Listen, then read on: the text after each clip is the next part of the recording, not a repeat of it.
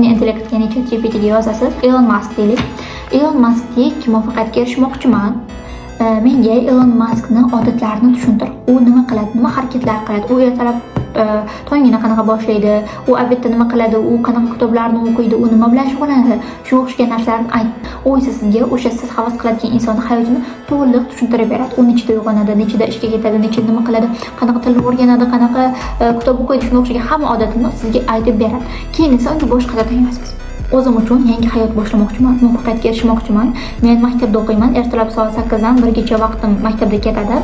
Aynan shu maktabdan tashqari va muvaffaqiyatga erishishim uchun qilishim kerak bo'lgan kun odatlarini, kun tartibini menga tuzib berib yozasiz.